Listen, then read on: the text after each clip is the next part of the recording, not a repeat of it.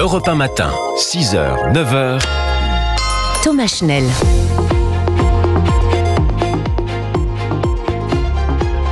Bonjour à tous, bonjour Thomas. Le journal de Maël Hassani, bonjour. Le calme est revenu à Aurillac. La CRS 83 déployée en renfort a permis d'empêcher toute nouvelle violence. De la nuit de mercredi à jeudi, environ 300 casseurs s'en sont pris aux forces de l'ordre, aux magasins et au mobilier urbain au cours du festival de théâtre de rue. 8 policiers blessés, entre 20 000 et 30 000 euros de dégâts sur la voie publique. Des émeutiers sans foi ni loi, selon le maire PS d'Aurillac, Pierre Matonnier, invité d'Europe 1 matin. J'ai essayé de discuter avec quelques-uns, des cagoulés. J'en ai un, je lui ai demandé, je lui ai dit, est-ce que tu es conscient que cette manifestation qui t'accueille, cette ville qui t'accueille, ces habitants qui t'accueillent, tu es en train de détruire leur cadre de vie? Tu es en train de détruire le festival. Il m'a répondu, le festival, j'en ai rien à foutre. La ville, j'en ai rien à foutre. Je veux casser la France. C'est de la violence pure.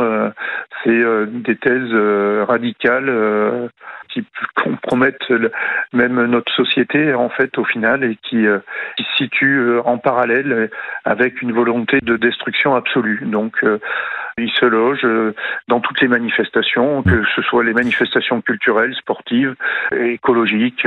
Et leur objectif, c'est que justement les festivaliers s'associent à leur mouvement. Pierre Matonnier, le maire PS d'Aurillac, invité d'Europe 1 matin tout à l'heure. Et après les violences commises donc dans la nuit de mercredi à jeudi, il n'y a à ce stade aucune interpellation. Le gérant d'un parc de loisirs des Pyrénées-Orientales, placé en garde à vue pour discrimination fondée sur la religion. Cet homme de 52 ans, inconnu de la justice, a refusé hier l'accès au site à 150 jeunes vacanciers israéliens âgés de 8 à 16 ans, invoquant des convictions personnelles. Une réservation avait pourtant été effectuée en amont.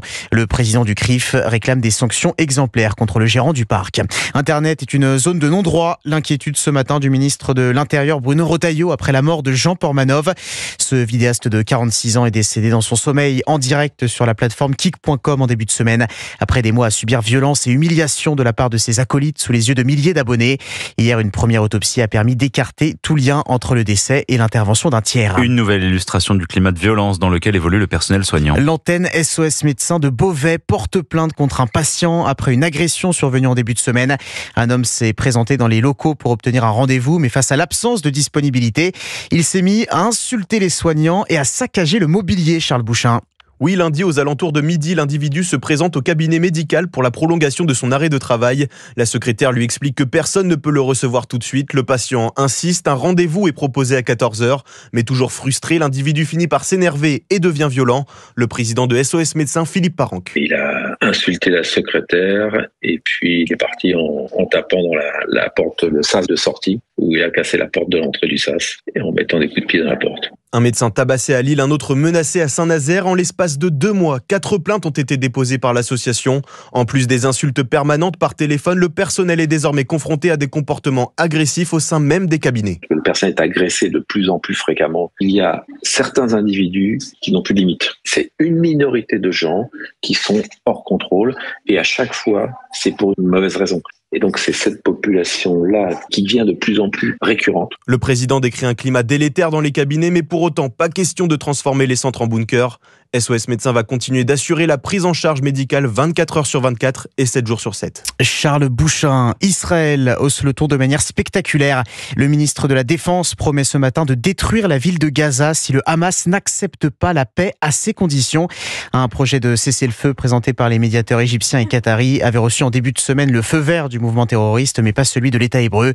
Cette offre prévoyait une trêve de 60 jours pour libérer les otages israéliens en 2 temps.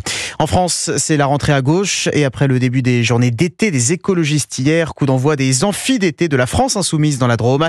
Et déjà une première polémique, le journaliste du Monde, Olivier Perroux, s'est vu refuser une accréditation.